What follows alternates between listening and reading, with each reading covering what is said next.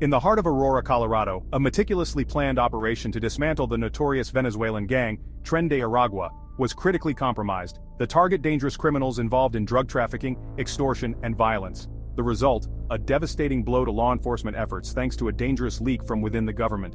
Intelligence gathered over months of painstaking work was rendered useless. TDA members, forewarned of the impending raid, melted into the shadows, evading arrest. The operation, intended to bring justice to victims and restore safety to the community, was severely hampered. The leak in Aurora was not an isolated incident. It was a stark reminder of a dangerous pattern, a pattern that threatened to undermine America's security from within. This was a betrayal of trust, a betrayal with potentially deadly consequences. Tom Homan, a veteran law enforcement officer and former acting director of Immigration and Customs Enforcement, had seen many challenges in his career. He knew the devastating consequences of such leaks all too well. These breaches of trust could unravel years of hard work and put countless lives at risk. Homan had dedicated his career to protecting America's borders and keeping its citizens safe. His commitment was unwavering and his resolve unbreakable. The Aurora incident was a punch to the gut, a betrayal of everything he stood for. It wasn't just a professional setback, it was a personal affront. In the wake of the botched operation, Homan made a chilling revelation. The leak likely came from within the federal government. This was not just an external threat, but an internal one. The enemy wasn't just outside the gates, it was lurking in the shadows, whispering secrets and undermining America's security from within. This internal betrayal was more insidious and dangerous. This was a betrayal of the highest order, a betrayal that put the lives of law enforcement officers and the safety of American communities at risk. The implications were far-reaching and deeply troubling. Homan vowed to find the source of the leak, to expose the rot within the system, and to bring those responsible to justice. He knew this would be no easy task, but he was prepared for the long fight ahead. The investigation was complex, shrouded in secrecy, but one thing was clear: this was a battle Homan was determined to win. He rallied his team, emphasizing the importance of their mission. The stakes were simply too high to let this stand. The integrity of the nation's security apparatus was on the line, and Homan would stop at nothing to restore it. The consequences of the Aurora leak extended far beyond the escape of a handful of criminals. It was a blow to the morale of the brave men and women of ICE who risked their lives every day to protect America. It eroded public trust in law enforcement, sowing seeds of doubt and suspicion. Most importantly, it put lives at risk. Criminals, emboldened by their ability to evade justice, were more likely to engage in dangerous and reckless behavior. Witnesses, fearing retaliation, were less likely to cooperate with law enforcement. The leak had created a chilling effect, undermining the very foundation of law and order. The message was clear: no one was safe, not the officers sworn to protect, not the communities they served, and not the very fabric of American society. This was a wound that would take time and effort to heal. It was a wound that demanded accountability and justice. The Aurora leak was not merely a law enforcement issue, it was a matter of national security. Organized crime, transnational gangs, and terrorist organizations posed a clear and present danger to the United States.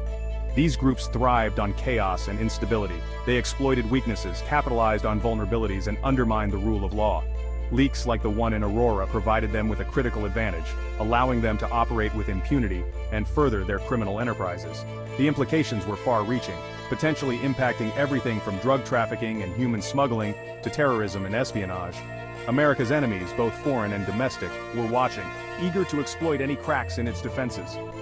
The Aurora leak was a stark reminder that America's security depended not only on its military might, but also on the integrity of its institutions and the trust placed in those sworn to protect it.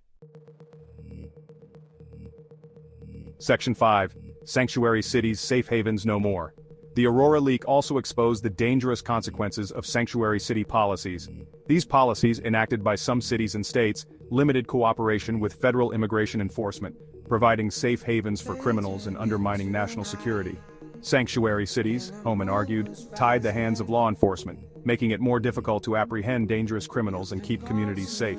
They created a patchwork of laws, undermining the rule of law and emboldening those who sought to exploit the system. In the wake of the Aurora leak, Homan vowed to increase ICE operations in sanctuary cities, targeting criminal aliens and those who harbored them. This was not about politics, he insisted, but about protecting American lives and upholding the law. The battle over sanctuary cities was far from over, but one thing was clear. Homan was determined to hold these jurisdictions accountable for their dangerous policies. Section 6. Noam and Bondi speak out. A call for accountability. The Aurora leak sparked outrage across the political spectrum, igniting a firestorm of debate and concern among citizens and officials alike. DHS Secretary Kristi Noem and Attorney General Pam Bondi, both strong advocates for law enforcement and national security, condemned the leak in no uncertain terms. Their voices were resolute, their messages clear. Noem, responsible for the security of the homeland, expressed her outrage at the betrayal of trust and the reckless disregard for the lives of law enforcement officers.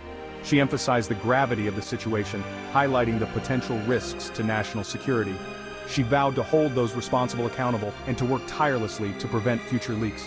Her commitment to safeguarding the nation was unwavering, and she assured the public that measures would be taken to enhance security protocols. Bondi, the nation's top law enforcement official, echoed Noem's sentiments, calling the leak a disgrace and an affront to the rule of law.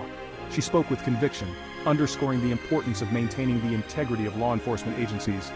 She pledged the full weight of the Justice Department to investigate the matter and bring those responsible to justice. Bondi's determination was palpable as she outlined the steps that would be taken to ensure accountability. Their words reflected the anger and frustration felt by many Americans. The public's trust had been shaken, and there was a collective demand for answers and action. This was not a partisan issue. It was about the fundamental principles of law and order, national security, and the public trust. The call for accountability transcended political affiliations, uniting people in a common cause to protect the nation's core values. Section 7. ICE's response, increased manpower and new targets.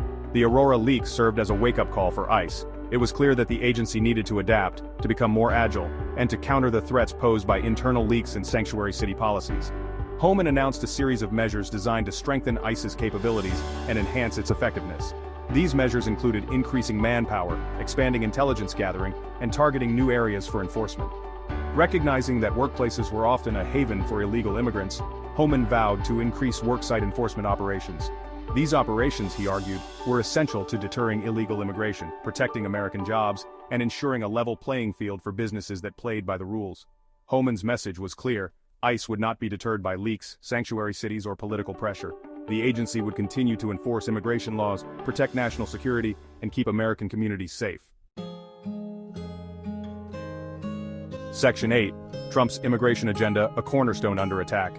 The Aurora leak and the broader issue of sanctuary cities were symptomatic of a larger battle over immigration policy in the United States. The Trump administration had made immigration enforcement a cornerstone of its agenda, arguing that a secure border and strong enforcement were essential for national security and economic prosperity. The administration's policies, which included building a wall on the U.S.-Mexico border, increasing interior enforcement, and limiting legal immigration, had been met with fierce opposition from Democrats and pro-immigration groups. Opponents argued that the administration's policies were cruel, inhumane, and counterproductive. They accused the administration of demonizing immigrants, separating families, and undermining America's values as a nation of immigrants. The debate over immigration was complex and emotionally charged, with no easy answers. However, the Aurora leak highlighted the real-world consequences of lax enforcement and the very real threats posed by those who sought to undermine America's security. Section 9. Homan's resolve, unwavering in the face of adversity. Despite the challenges, the setbacks, and the constant criticism, Tom Homan remained resolute in his commitment to enforcing immigration laws.